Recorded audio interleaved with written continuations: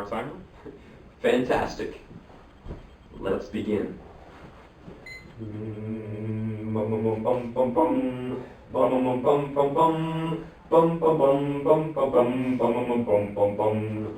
Every evening, in the darkness of night, Mr. Fox would say to Mrs. Fox, "Oh, well, my darling, what shall it be tonight? A plump chicken from Bunce, a duck or a goose from Bunce, or a nice turkey from Bean?" And when Mrs. Fox had told him what she wanted, Mr. Fox would creep into the valley in the darkness of night to help himself. Fantastic, Mr. Fox, by Roald Dahl. Down in the valley, there were 3 farms. The owners of these farms had done quite well. They were rich men. They were also nasty men. All 3 of them were about as nasty and mean as any man you've ever met. Their names were Farmer Bogus, a chicken farmer. He kept thousands and thousands of chickens.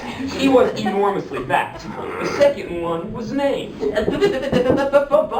Bunce, a duck and goose farmer whose food was donuts and goose lips. He was a pot-bellied dwarf. And the last farmer we have was named none other than old Farmer Bean.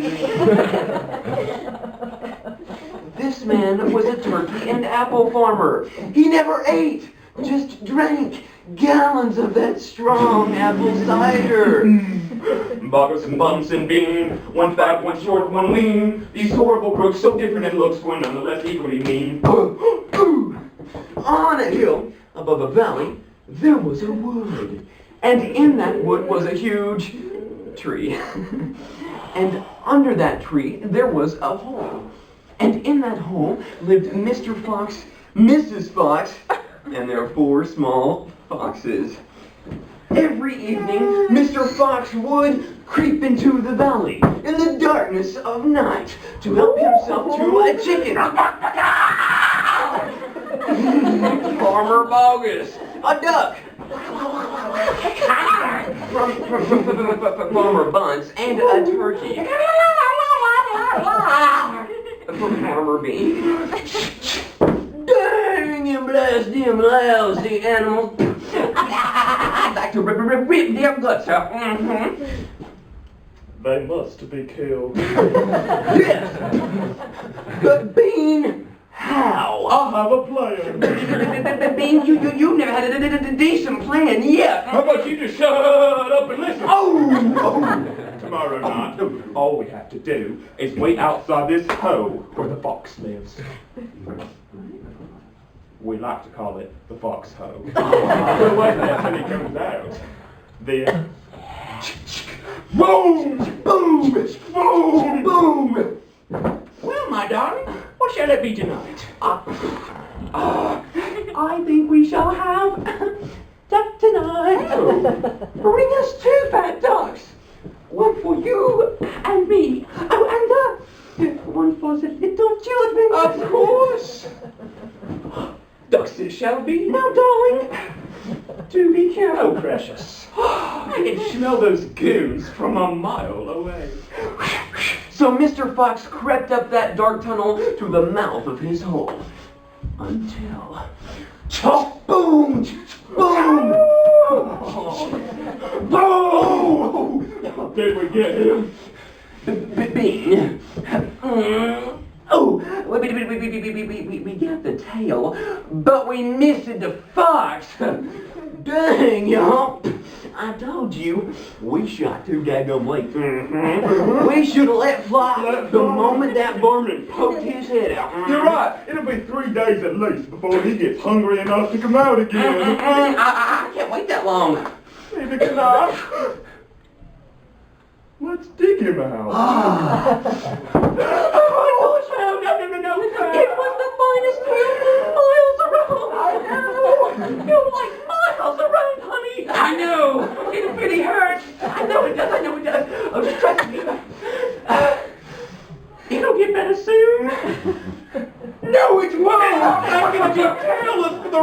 my life! I tell you, Mr. Fox, you're just lucky you're alive. Got any more stupid ideas, Bean? Yes. What we need on this job is machines. Mechanical shovels. We'll have them out in 5 minutes with mechanical shovels.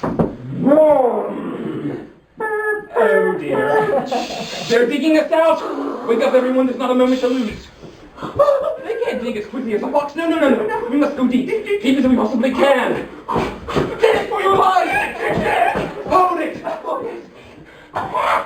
Well done, everyone. They'll never get as deep as this. Children, listen up now. I should like you all to know that if it weren't for your father... Oh, dearest, the children. I know. We should all be dead by now. Your father truly is... Ha! Fantastic. What's the next move, Bean? We're sending you down the hole to fetch you up. Down you go, you miserable midget. Oh, no, not me. Fine. Then I suppose there's only one thing to do. We stop him out. We can't be a day and night watching the hole. He'll come out in the end. He'll have to. And after 3 long days and nights, old Farmer Bean was right. Slowly but surely, down in that dark tunnel, those foxes were starving.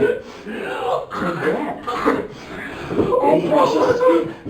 Oh, precious. I've had just a bit of an idea. Oh, well, hey, do go on. Tell us quickly. This time, we need to dig in a very special direction. Just trust me. Dig for your life! Dig! Hold it! Oh! It's planks! It's wooden planks! Bogus's chicken house, #1! What a sight for a hungry fox! Precious, take a few of his hens and run on back or prepare a feast. I'll be along in a jiffy as soon as I've done one more little job. Now, all I must do is dig another small hole from here to there. Dig for my life. Now, I am underneath the farm which belongs to that nasty little pot-bellied dwarf, Bunce. I am, in fact, directly underneath the most interesting part of his farm. Ducks and geese. I'll take a few of them back home to Mrs. Fox. As soon as I've made a few other little arrangements. So Mr. Fox dug and dug and dug until he came to the brick cellar of that mean Farmer Bean. Inside, he found hundreds of jugs of that strong goom, goom, goom, whoa, apple cider. You see, he was standing in the middle of Bean's secret cider cellar.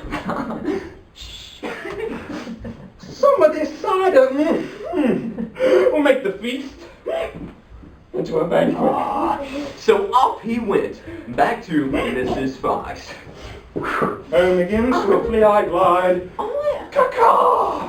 Back to my beautiful bride. She'll obviously run as soon as she's gotten some cider inside. Her inside. Oh, Mr. Fox, I really will say that this meal truly is fantastic. Well, I do say, dearest, we did get it from farmers Bogus, Bunce, and Bean. Outside the foxhole, Bogus, Bunce, and Bean sat beside their tents with their guns on their laps. Hey, Bean! Hey, come here, man.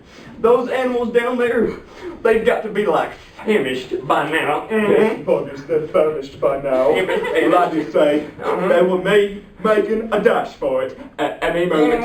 You keep your guns handy. So they sat there by the foxhole, waiting on those foxes to come out. And as far as I know, they're still waiting.